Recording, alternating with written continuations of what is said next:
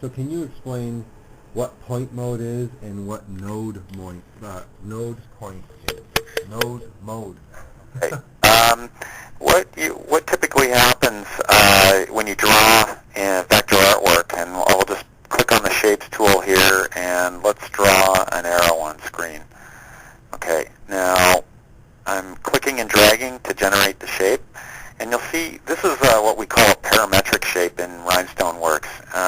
And basically what this is that each one of these nodes has a specific purpose in the creation of this arrow.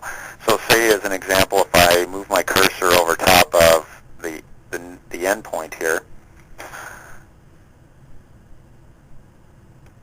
I'm lengthening out the shaft of the arrow. Okay. If I grab a hold of this node, I'm changing the flare.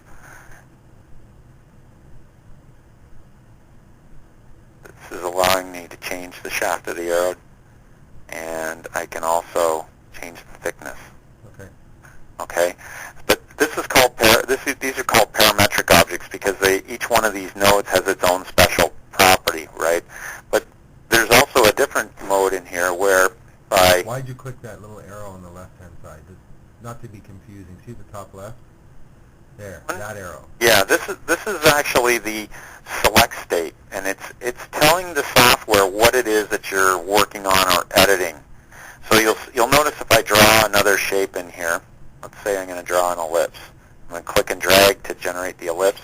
Now, the program doesn't know what I want to work on at this point because there's nothing selected. Okay. So what happens is when I move, and watch my cursor, when I move it over top of the object, it changes to a cross, and that means that you're able to then go ahead and select that object if you want to. Okay. So as I move my cursor, notice I'm not selecting anything, and I'm clicking on my left mouse button. Okay. The program doesn't know what to select, so if I move my cursor over top of the ellipse, it changes to a cross. Now it's saying go ahead and select. Okay. Right, and then what I'm doing now is double-clicking on the object to get it into that node editing mode. Can you do me a favor? Go back a second. Yeah. When you clicked that ellipse there, you had a whole bunch of dots. Yeah. What would happen if you clicked the arrow? Would you have dots? Okay, so now what's the difference between these dots and the squares I just had a few seconds ago? Well, now I'm actually editing the individual points in this object. So you'll notice that in this case, when I move this, I'm physically moving the point that defines those two lines. So what I'm doing is I'm single clicking on the node. It changes the color to red, which indicates that it's selected, and then I'm going to grab it and I can move it around. Didn't you just do that a little while ago with the squares? Yeah, but you'll notice I did that, but remember I was in what they call parametric mode. So that each one of those nodes has a purpose or a relationship in terms of the way that part was generated. Okay. But when I go into a basic level editing where I can actually manipulate the nodes individually, this is the way it works. Okay, I see on the left side of the arrow sort of a yellow line with a triangle. What's that?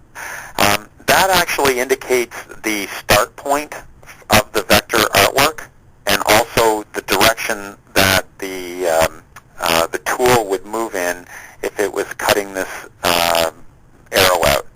So I can change that by selecting, say, the node. So I'm going to select this node, and I'm going to hold my right mouse button down, and you see these different parameters here. What they allow me to do is I can open up a node, for example, or I can close two nodes. I can change the direction and the origin of that node. So notice that this is the start point. Yeah. I want to change the start point to here, and I would move my cursor over top of that arrow and release. What would be a purpose of that? Well, this actually, what it does is this sets the start point for the object on screen. So when the tool comes in, it would start here and start cutting around in this direction. Okay, go back to the, how'd you get the little... So to get that little floating palette, what I would do is I'm holding down my right mouse button. Okay. And I'm holding it down. I'm not releasing. I'm holding down the right mouse button at this point. Now, if I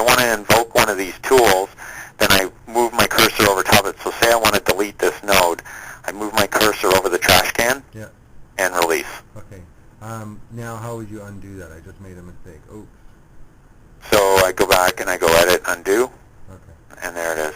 So go back to that, what do we call this mode again? This is like, no, I call this node edit mode. Okay. And show me those tools one more time. I right click. Okay, so I'm going to say I'm going to work on this node right here. So I select it, and then I hold my right mouse button down. Why would I want to open or close this? I would do that to modify a shape, a letter, or whatever, right? Yeah, I mean, you may have another piece of artwork here that you want to join to this node, or something that was scanned in. You need to close the points. So you might see something like this on screen, right? Okay. So you see it's got an open line. So what you would have to do here is double click and then select the two nodes and then hold my right mouse button down and then join them.